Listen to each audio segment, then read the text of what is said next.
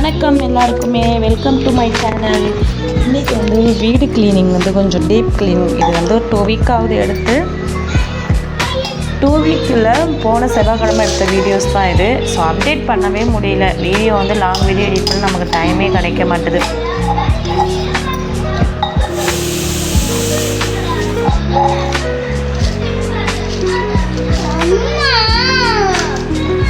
நம்ம அதில் வாய்ஸ் கொடுக்குறப்ப தான் இந்த குட்டி பாப்பா ரொம்ப கரைச்சல் பண்ணிக்கிட்டே இருப்பாள். ஸோ இவளுக்கு பயந்துக்கிட்டு தயிர் சாதம் சாம்பார் வந்து குக்கரில் வச்சுட்டு சாப்பிடு.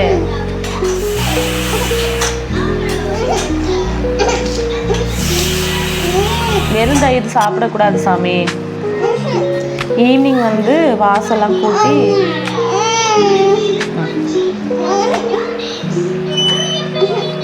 இன்னும் தயிர் ஊற்றிட்டு வரவா. நம்ம வாய்ஸ் ஓவர் கொடுக்க உட்காரலான்னு பார்த்தோன்னா வச்சுக்கலாம், இந்த குட்டி இருக்கா பாருங்க, சுட்டி பாப்பா நிறைய வேலைலாம் காட்டுவா. குட்டி பாப்பா நிறைய வேலை காட்டுவா நம்மக்கிட்ட. இவளுக்காகவே நம்ம லாங் வீடியோ வந்து நம்மளால செப்ரேட்டாக போட முடியல. ஒரு பாக்கெட் தயிரும் ஊற்றியாச்சு. இந்த மாதிரி தயிரே கிடையாது. தயிர் பைத்தியம். நான் தயிரே சாப்பிட பூனால கேட்குறா பாப்பா குட்டி. பூனை சாப்பாடு தான் சாப்பாடு. ஐயோ, இந்த சாப்பாடு ஊட்டுறதுக்குள்ள இது என்னென்ன பாடுபட வேண்டியதாக இருக்கு. தயிருந்தா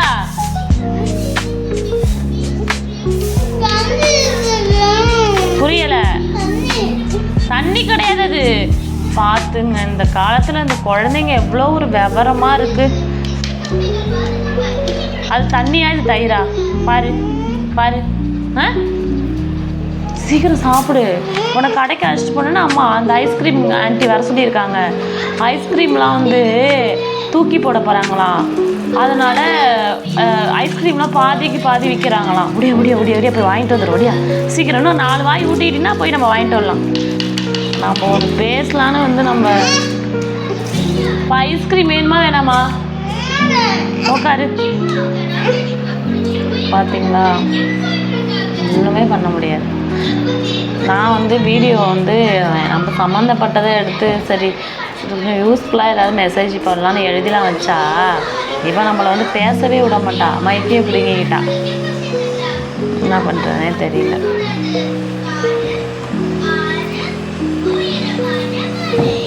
இல்லை டோரா வேறு ஓடிட்டுருக்கா. சவுண்டே கம்மி பண்ணக்கூடாது. ஸோ இதில் நம்ம கண்டினியூ பண்ணோம்.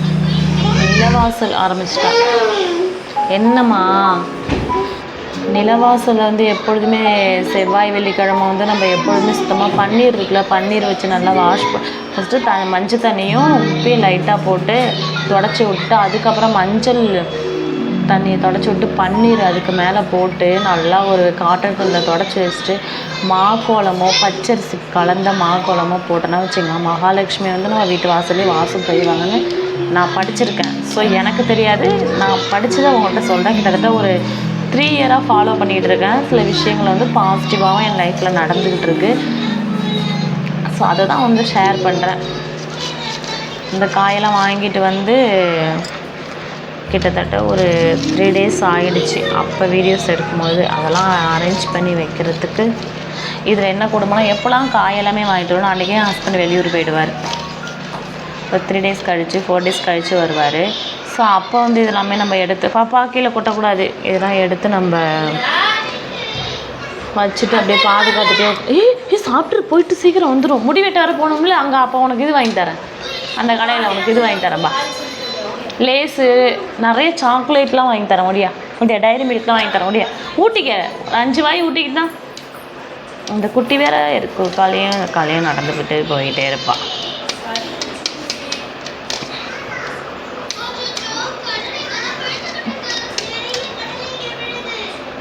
இப்போயாவது கொஞ்சம் பரவாயில்ல. ட்ரெஸ் போட்டு விட்டேன், ட்ரெஸ்ஸை கழட்டி விட்டு வந்து உக்காந்துருக்கா. இப்போயாச்சும் பரவாயில்ல. கிட்டத்தட்ட இந்த 1 வயசுலலாம் அந்த அந்த லைஃப் வந்து அது வந்து ரொம்ப ஒரு ஜாலியாகவும் இருக்கும். அந்த பெயின் நம்ம ஊசி போடுவாங்களே முதல்ல ஆப்ரேஷன் பண்ணுறப்ப அந்த வலியோடு எல்லா வேலையும் பார்க்குற மாதிரி இருக்கும். இதே வேலை தான் அப்பயும் பார்ப்பேன். அப்போ எல்லாமே கொஞ்சம் கம்மி தானே, ஃபேமிலிக்குள்ளே வருது, இப்படி பண்ணுறோமா அப்படி பண்ணுறோமான்னு சொல்லிட்டு. நமக்கு எதுவுமே தெரியாது ஸ்டார்டிங்கில். என்ன கல்யாணம் பண்ணிட்டு ஒரு குழந்தைய பெற்றாச்சு. அதுக்கப்புறம் தான் ஒன்றுமே லைஃப்பில் கற்றுக்கிற வேண்டியதாக இருந்துச்சு. மாற்றங்கள் வந்து என்ன பேச வந்தோன்னா, நம்ம வந்து அடிபட்டு வந்தோன்னா வச்சிங்களேன் ஒரு இடத்துக்கு, வெற்றி கண்டிப்பாக நம்மளுக்கு வந்து உண்டு. மேரேஜுக்கு அப்புறம் 4 பேர் 4 விதமாக பேசிகிட்டே இருப்பாங்க, நம்மளை காதிலே வாங்கவே கூடாது.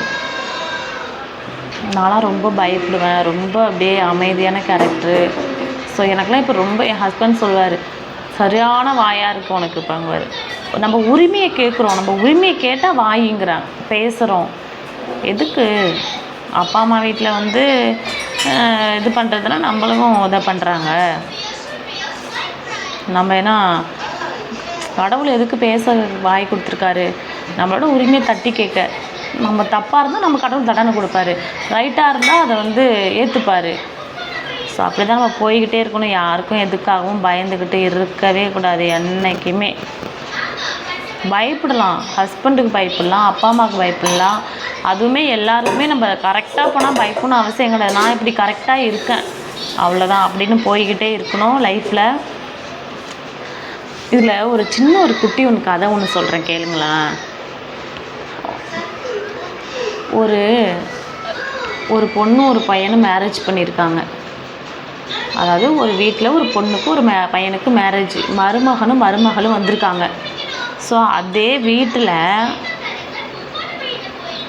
அந்த வீட்டில் வந்து பொண்ணுக்கும் பையனுக்கும் தலை தீபாவளி நடக்குது.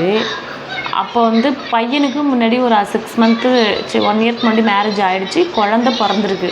ஆனால் அவங்களுக்கு தலை தீபாவளி. அந்த பையன் வந்து மாமியார் வீட்டுக்கு போயிடுறான் குழந்தைய பார்க்குறதுக்கு. குழந்தை வந்து ஒரு 10 நாள் தான் இருக்குது.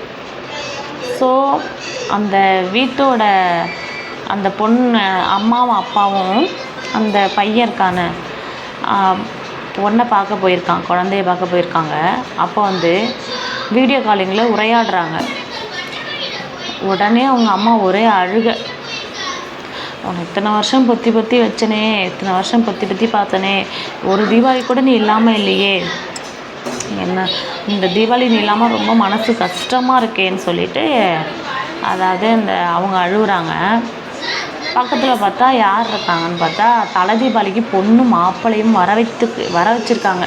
பொண்ணையும் மாப்பிள்ளையும் தலை தீபாவளிக்கு வந்திருக்காங்க. பார்த்துங்க.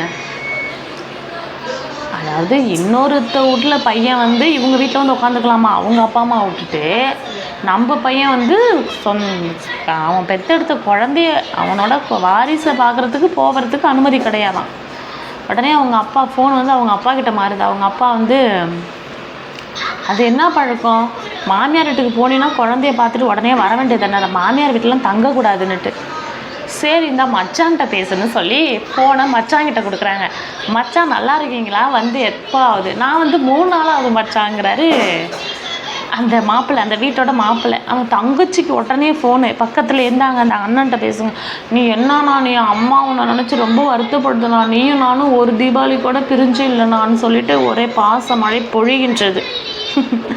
பார்த்துங்க என்ன நடக்குதுன்னு. பாசை மழை பொழிகின்றது 2 பேருக்கும். பக்கத்தில் பச்சை உடம்புக்காரி உட்காந்துருக்கா. இதெல்லாம் கேட்டுக்கிட்டு பிபி ஏறி தையல் வேற போட்டிருக்கா. அப்படியே பச்சை உடம்புல அப்படியே எதுக்குமே இதாகிடும். யாரு அத்தைக்கிட்டையா? அத்தை இன்னும் வரலடா.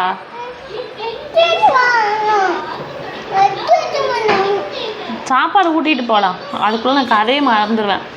உடனே உரையாட்டிகிட்டு இருக்கிறப்ப நீ இது மாதிரிலாம் பண்ணாதண்ணா, இனிமேல் அப்பா அம்மா கூட தானே இருக்கணும் அவங்க சொல்கிறாங்க. அதாவது இதுலேருந்து என்ன தெரியுதுன்னா, அவங்க எல்லாமே பேசுகிற விதம் கரெக்டு தான், அவங்க பாயிண்ட் ஆஃப் வியூவில் கரெக்டு தான். ஏன்னா அவங்க தான் மனிதர்கள். அதான் அந்த பொண்ணு உட்காந்து தேம்பி அழுது வாயில்லாத பூச்சி கேட்காம போகாமல் உட்காந்துருக்கு, அழுதுகிட்டு உட்காந்துருக்கு அந்த பொண்ணு. உடனே மன்னிச்சிரு, இவங்க வந்து பொண்டாட்டி சமாதானம் பண்ணுறாங்க, மன்னிச்சிரு, இது வந்து எங்கள் அப்பா அம்மா இது பண்ணுவாங்க, சாரி அது இதுன்ட்டு. அதில் அழுவ தானே முடியும், என்ன பண்ண முடியும்? வீட்டில் உள்ளவங்கலாம் சொல்லிட்டு கத்திட்டு கிடக்குறா. அவங்க வீட்டில் உள்ளவங்களாம் கொந்தளிச்சு எப்படி பேசலாம் அப்படி பேசலான்னு சொல்லிட்டு இவளை 2 ஏற்றி விடுறாங்க. சரி, இன்னொருத்தவங்க குடும்பம்னா அப்படி தான் இருக்கும், அட்ஜஸ்ட் பண்ணி தான் போய்கிட்டே இருக்கணும்னு இவங்களும் சில பேர் சொல்கிறாங்க. ஸோ அப்படியே முடிஞ்சிருச்சு. முடிஞ்ச உடனே அதுக்கப்புறம் திரும்பி மறுநாள் ஃபோன் வருது. மட்டன் நேற்று வந்து சிக்கன் குழம்பு வச்சேன் நான் மாப்பிள்ளைக்கு, இன்றைக்கி வந்து மட்டன் குழம்பு, ரத்த பொரியல், நல்லி எலும்பு எடுத்துகிட்டு வந்துட்டாங்க அப்பா 5 மணிக்கெலாம் போயிட்டுன்னு ஒரே உரையாடல், மகனும் தாயும் உரையாடலோடு நடந்து கொண்டிருக்கிறது. நினச்சிக்கிட்டேன், இதே அந்த மருமகள் கல்யாணம் பண்ணி போன புதுசில் என்ன பண்ணாங்களாம், அது என்ன மட்டன் பிடிக்காது, அப்போ சாப்பிட மாட்டாங்களாம், சிக்கன் செய்ய மாட்டாங்களாம். நாங்கள் என்ன சமைக்கிறோமோ அதை தான் சாப்பிடணும், அதை தான் பழகிக்கணும்னு சொன்னாங்களாம் அந்த வீட்டு தலைவர், மாமனார் என்ற பட்டம் உள்ளவர்கள். இதெல்லாம் எதுக்கு சொல்ல வரேன்னா, அந்தந்த நேரத்தில் அதை கேட்டுருணும். மனசில் வச்சுக்கிட்டோன்னா வச்சுக்கலாம், மனசு அப்படியே கொந்தளிச்சிரும். ஸோ எதுக்கு நமக்கு அந்த கதை? அந்த கதையில் உள்ள கதாபாத்திரம் வேறு யாரும் இல்லை, என்னை பற்றி தெரிந்தவர்களுக்கு யார் என்று தெரியும்.